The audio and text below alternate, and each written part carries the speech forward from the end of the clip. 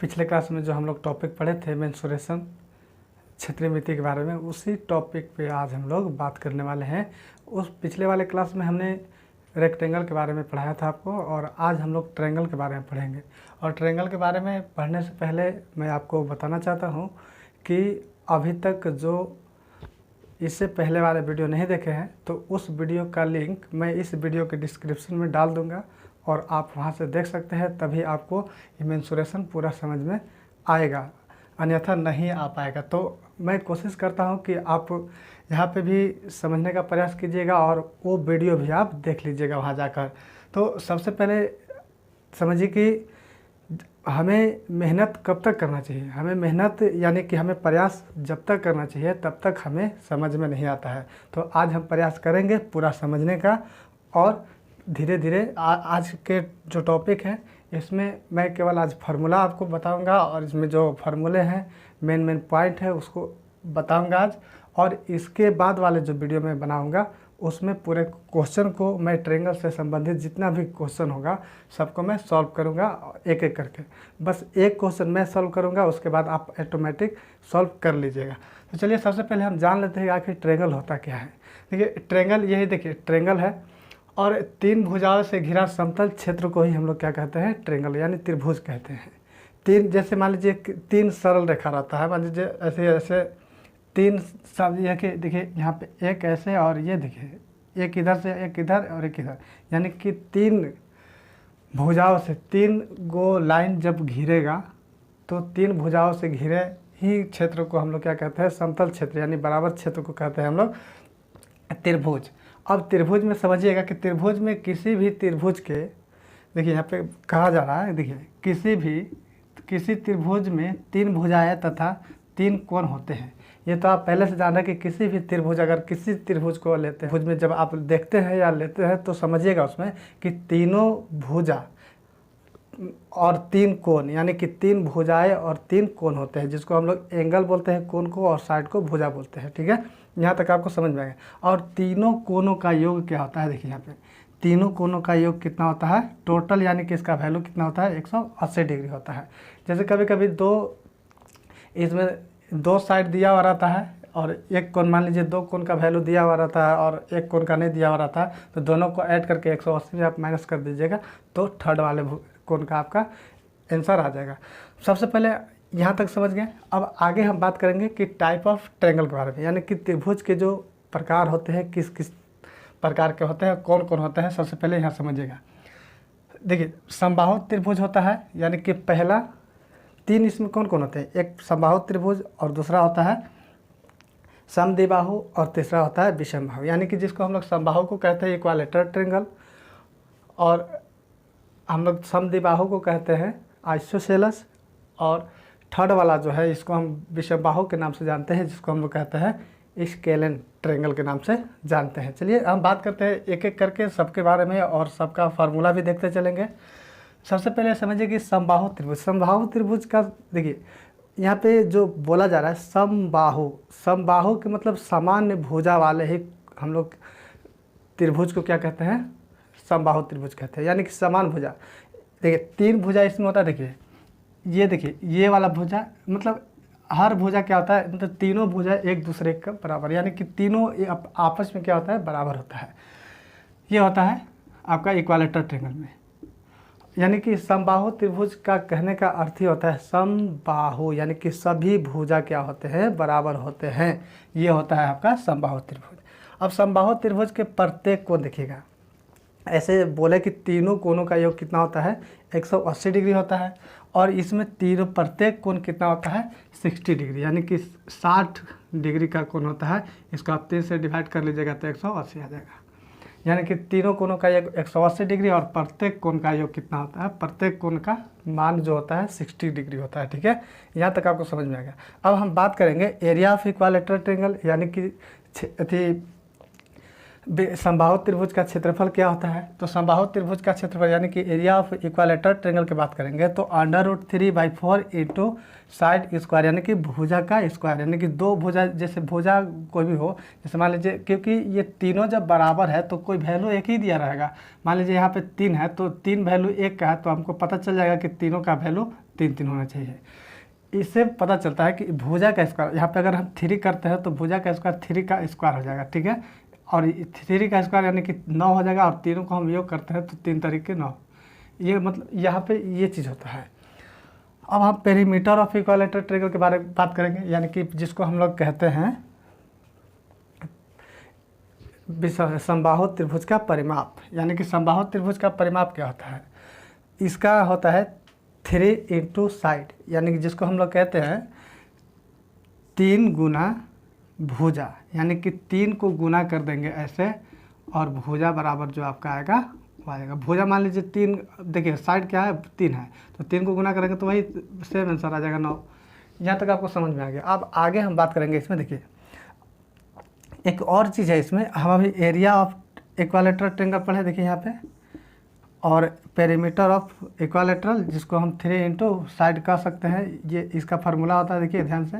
और इसमें एक शीर्षक बिंदु से डाले गए लंब, यानी कि जिसको हम लोग कहते हैं हाइपोटेन्यूस, ये देखिए ये है लंब, यानी कि इसके लंब क्या है, देखिए ए से डी तक, यानी डी क्या है, लंब है, डी लंब है, और यहाँ पे ए बी सी कोण हो गया, और डी लंब, और यहाँ पे ए हो गया, ठीक है। ये हो गया डी लंब, ए डी लंब हो जाएगा, ठीक है। अब इसमें हम बात करेंगे, अब दूसरा हो गया समद्विबाहु त्रिभुज के बारे में। जैसे समद्विबाहु मतलब इससे बोलने का मतलब होता है कि समद्विबाहु मतलब दो भुजा बराबर और एक भुजा मतलब अलग हो। देखिए यहाँ पे जिस त्रिभुज की दो भुजाएं की लंबाई, यानी कि दो भुजा की लंबाई क्या होता है, बराबर होता है, और थर्ड वाले भुजा यानी कि कोई एक और भुजा जो होता है उसका लंबाई अलग होता है, उसी को हम लोग कहते हैं समद्विबाहु। इसको उच्चारण करने से ही पता चलता है कि समद्विबाहु का मतलब है दो भुजा बराबर और एक अलग होता है। अब इसका हम एरिया ऑफ आइसोसेलेस की बात करते हैं, जिसको हम लोग समद्विबाहु को हम लोग इंग्लिश में आइसोसेलेस कहते हैं, ठीक है। अब यहाँ पे है कि दो भुजाएं की लंबाई बराबर हो और उससे समद्विबाहु त्रिभुज कहते हैं, ठीक है। अब एरिया ऑफ आइसोसेलेस ट्रायंगल की बात करेंगे कि यानी कि क्षेत्रफल को बात करेंगे, यानी कि हम लोग समद्विबाहु त्रिभुज का क्षेत्रफल बराबर ज्ञात करते हैं तो b/4 into 4a² minus b²। अब यहाँ पे देखिए चित्र में देख सकते हैं, यहाँ पे देखिए ये चित्र है, देखिए त्रिभुज क्या है, ये देखिए समद्विबाहु त्रिभुज दो भुजा क्या है, ये आपस में बराबर है, लेकिन ये बराबर नहीं है, ये बराबर नहीं हो सकता है। तो इसका लंब क्या है, AD भी लंब है, और यहाँ पे देखिए BC, देखिए यहाँ पे दो, ये ट्रायंगल में ही पता चल जाता है। देखिए A का स्क्वायर, देखिए इसका स्क्वायर हो जाएगा यहाँ पे, और B का स्क्वायर यहाँ पे हो जाएगा, देखिए यहाँ पे समझ में आ गया। अब हम बात करेंगे ये वाला, यहाँ पे जैसे अब हम यहाँ पे बात करेंगे, देखिएगा ये हो गया। अब इसके बारे में पेरीमीटर ऑफ आइसोसेलेस ट्रायंगल की बात करेंगे तो A+AB प्लस मतलब A+B+C, यानी कि हम इसको कह सकते हैं कि दो साइड जब बराबर होते हैं तो दोनों को हम जोड़ेंगे तो 2A आएगा। अब अगर P वैल्यू देते हैं, PQ देते हैं या जो भी देते हैं, तो ये इसमें क्या होगा P+P, यानी कि जैसे मान लीजिए 2+2 और अगला का दे रहेगा 3, तो तीनों को जोड़ देंगे तो आंसर कंप्लीट हो जाएगा, ठीक है। यानी कि A+A, और यहाँ पे हो जाएगा आपका, देखिए ये भुजा बराबर हो जाएगा, मतलब साइड एक दूसरे का बराबर हो जाएगा यहाँ पे, और यहाँ पे +B, या फिर हम 2A कह सकते हैं, 2A+B, यानी कि दोनों को हम बात एक ही करेंगे, क्योंकि एक जैसा है तो एक जाति का जब रहता है तो एक जाति वाला देखे ही होंगे कि एक जाति वाला एक तरफ जाता है और जो दूसरा जाति होता है वो अलग जाता है। यानी कि जहाँ पे जात पात लिया जाता है वहाँ पे एक जाति एक तरफ और दूसरे जाति को दूसरी तरफ। यहाँ पे ए क्या है, एक जाति है, तो दोनों को जोड़ने के बाद 2A आता है, और 2A जब आएगा तो यहाँ पे +B आपका हो जाएगा यहाँ पे, ठीक है, क्योंकि B अलग जाति का है, ठीक है। अब हम बात करेंगे इसमें भी एक शीर्षक बिंदु लंब, यानी कि जिसको हम AD ये नाम दिए हैं। शीर्षक बिंदु A से डाले गए लंब, यानी कि ये देखिए A से डाला गया लंब, यहाँ देखिए D वाला जो है इसका लंबाई क्या करते हैं, हम निकालना रहेगा तो हम ए डी बराबर निकालते हैं। ए डी बराबर फार्मूला जो होता है, यानी कि लंब बराबर फार्मूला क्या होता है, लंबाई, लंब की लंबाई अगर हम ज्ञात करते हैं तो इसमें ए डी बराबर होता है √4a² माइनस b²। अब यहाँ पे b² देखिए, यहाँ पे 4 यही हो गया और b वाला माइनस देखिए ये b² हो जाएगा यहाँ पे ऐसे, और उसके बाद क्या करते हैं देखिए बाई 2 ये होता है और 2 से हम डिवाइड कर देते हैं। ठीक है, अब ये हो गया आपका आइसोसेलेस ट्रायंगल के बारे में। अब हम बात करेंगे यहाँ पे देखिए थर्ड नंबर जो मेरा है, थर्ड नंबर में है विषम बाहु। देखिए विषम बाहु यानी कि विषम बाहु का मतलब समझिएगा कि जितना भी भुजा है सब क्या होगा, एक दूसरे का मतलब अलग होगा, डिफरेंट होगा, अलग अलग होगा। देखिए यहाँ पे समबाहु त्रिभुज को हम लोग कहते हैं स्केलेन ट्रायंगल। स्केलेन ट्रायंगल जिस त्रिभुज की भुजा है, त्रिभुज की तीनों भुजाएं असमान हो, असमान मतलब बराबर नहीं हो, विषम हो, अलग हो, उसे हम विषम बाहु त्रिभुज के नाम से जानते हैं या कहते हैं। ठीक है, यहाँ तक समझ में आ गया। अब इसका बात करें, जैसे यहाँ पे देखिएगा, देखिए तीनों क्या है, साइड देखिए, साइड तीनों क्या है, अलग अलग है। देखिए यहाँ पे अलग अलग है। अब ये बात हम करते हैं कि यहाँ पे जो ये है, ए बी का वैल्यू अलग रहेगा, ए सी का अलग रहेगा, बी सी का अलग रहेगा। अब यहाँ पे देखिए ये लंब है आपका, देखिए ए डी वाला लंब, यानी कि जिसको एच है हाइपोटेनस है, और ये बेस, और ये यहाँ पे जाएंगे। अब आगे हम देखेंगे, देखिए यहाँ पे एरिया ऑफ स्केलेन ट्रायंगल की बात करते हैं। एरिया ऑफ स्केलेन ट्रायंगल में क्या होता है, एरिया ऑफ स्केलेन ट्रायंगल में इसका क्षेत्रफल अगर हम ज्ञात करते हैं तो क्षेत्रफल का फार्मूला होता है 1/2, और यहाँ पे हम क्या कर सकते हैं, ए एच कर सकते हैं या फिर आधार गुने ऊंचाई कर सकते हैं। ठीक है, ये हो गया दोनों का, ये आप रख सकते हैं या फिर ये चल सकता है, दोनों का फार्मूला एक ही है, मतलब इसके जगह पे ये डाल सकते हैं या इसके जगह पे ये डाल सकते हैं। अब एरिया ऑफ स्केलेन ट्रायंगल की बात एक और करते हैं। ये एक क्षेत्रफल है और दूसरा क्षेत्रफल क्या है, जिसको हम हेरोन सूत्र के नाम से जानते हैं, यानी हेरोन फार्मूला जो होता है, ये 9th क्लास में ज़्यादातर आपको मिलेगा पढ़ने के लिए हेरोन सूत्र, और 10th में भी ये फार्मूला मिलता है। अब यहाँ पे देखिए ये हेरोन सूत्र वाला जो है ये भी एरिया ऑफ स्केलेन ट्रायंगल में ही आता है। देखिए √s × s माइनस a, फिर s माइनस b, और फिर यहाँ s माइनस c।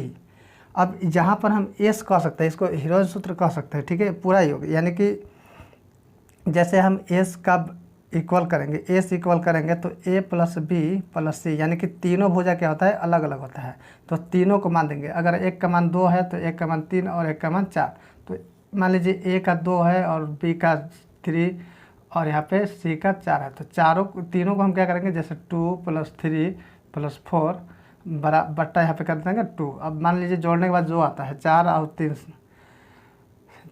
7 और 2 9 आता है 9, अब बट्टा 2 कर देंगे तो यहाँ पे क्या हो जाएगा, 4 दूना 8 हो जाएगा, और यहाँ पे 5, यानी 4 पॉइंट क्या हो जाएगा, 5 आंसर आ जाएगा। अब यहाँ पे जहाँ तक ये बात करें, अब पेरीमीटर ऑफ हम स्केलेन ट्रायंगल की बात करते हैं। पेरीमीटर में क्या होता है, पेरीमीटर में तीनों अलग अलग होता है। देखिए तीनों को जोड़ देंगे, डायरेक्टली जोड़ देंगे। मान लीजिए ए वैल्यू वही अभी बताए, ए वैल्यू मान लीजिए 12 है, बी का वैल्यू 14 है और सी का वैल्यू 15 है। ठीक है, तो तीनों को क्या करना है, a + b + c, ये योग निकलेगा, पेरीमीटर निकलेगा।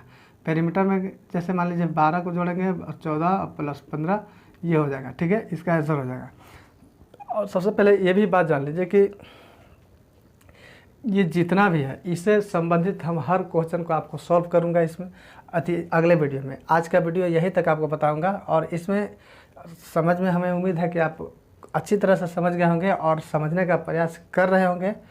और आप मेहनत तब तक कीजिए जब तक आपको समझ में नहीं आता है। प्रयास कहा जाता है कि प्रयास यानी कि अभ्यास करने से बहुत चीज़ आ सकते हैं, यानी कि प्रयास और अभ्यास जो होता है, अगर हम बार बार एक ही चीज़ को पढ़ेंगे, हमको मन लगाना है, तो जैसे मान लीजिए हमको समझ में आया तो उसी चीज़ को हम बार बार जब रिपीट करेंगे तो ऑटोमेटिक है कि वो मजबूरी में फिर समझ में आने लगेगा, ये चीज़ होता है। तो आप ध्यान से पढ़िए, मन लगा कर पढ़िए। अभी देखिए रहे लॉकडाउन का स्थिति क्या चल रहा है, अभी स्कूल वगैरह खुलने वाला नहीं है, तो आप इसी सोशल मीडिया के माध्यम से ही पढ़ाई कीजिए और अच्छा जगह पे पहुंचिए। तो चलिए आज की वीडियो में मैं यहीं तक आपको बताऊंगा, और इसके बाद मेंसुरेशन चैप्टर का हम लोग इसी से संबंधित क्वेश्चन को क्या करेंगे, सॉल्व करेंगे। ट्रायंगल का क्वेश्चन सॉल्व करेंगे, उसके बाद हम लोग चलेंगे।